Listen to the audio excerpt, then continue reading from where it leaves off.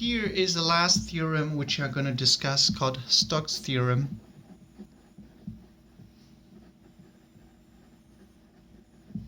And you may be surprised that I'm going to repeat some information that we discussed in the green theorem.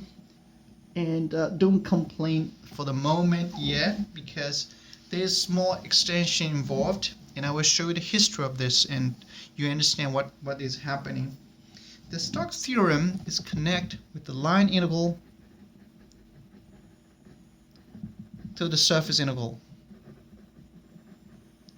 And this is exactly the same thing as the Green theorem. And when Green, he first figured out how to do the integral, he only limited himself to the two-dimensional. You remember it's just an x and y plane. Stoke's theorem, in fact, extends three-dimensional. So this makes the theorem much more powerful. So what that means is the following. Suppose I have a line which is I'm interested in, and that particular line, and it could be a three-dimensional line like this. And as far as you have a surface attached to it, in other words, here's the limit itself, and here's a surface attached to that, and that surface itself is confined. Here's a surface. Now this surface may not be in the plane like that I have. It could be something like a cake, or something is a little bit above, which is not necessarily flat. It could be a little bit above, and this also works. And so therefore the equation you're going to see, and this is directly connected. Here is the line integral. Here is the surface integral. Again, it's a repeating same thing here. So for the line integral, the only difference previously what we had was that when we write them down, you remember let me just write over here. What we had for the Green theorem, essentially we have a dl. We do not have vector symbols on the top, but now the only difference here, we have a vector symbol. Let's just use a dr as an example. So that's the vector, and here is the vector field itself. So there is no major difference. If I put the scalar here, let's just put p, whatever the letter that is a scalar here. Here's a vector, but this vector, when you multiply them out, it still becomes the scalar product. Let me show you. Suppose this is just three-dimensional Cartesian coordinates. What I have is going to look like vx dx plus vy dy. So this multiplication plus vz dz. Now you can see for the Green theorem, we only have maybe one term like this, not both, just one term like this. And it could be both, of course.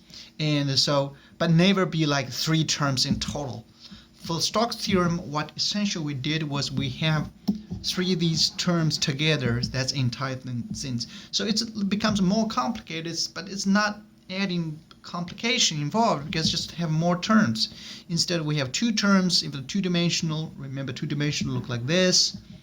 All right, you just have like x direction and y direction. If I move around, so just two-dimensional, this could be dx dy, whatever the line that look like. And here could be have a three-dimensional involved. And now you have additional dot product. So this is the line integral. For the surface integral, it does the same thing. Now instead of we have surface, remember the surface and line, they are connected, they are not separated. The surface defined by this particular line here, and then we have surface integral, we have twice. Now we have a col instead of the dot product like they have. So this col itself is going to be a vector, and then you dot product with the surface normal, which is use n hat, and then a surface element, we could use d sigma like that. So this is the Stoke's theorem. So we equal them together, and then make sure this line here is kind of a little tricky. Previously we simply just write them, have a circle, and this the line has to be closed. Now we should have put the circle on top as well, and this means that it has to be close the circle, and this is what we get for the Stoke's theorem. Now keep in mind, Stoke's theorem is just extension of the Green theorem. It extends to the three-dimensional. The reason why Green theorem was proposed first was Green himself is older, and later on when Gauss and who discovered divergent theorem is a second. That's why the extension from the line integral to surface integral, from that becomes the surface and the volume integral. So this hierarchy is to look like this. Green is the first, and then the Gauss or divergence theorem is the second, and Stokes is the third one. So essentially that's the logic. So when you start with a 2D, go to 3D, and go back to 3D, and these two actually related to each other. So that's the entire history of that. So entire class is based on this particular phenomenon.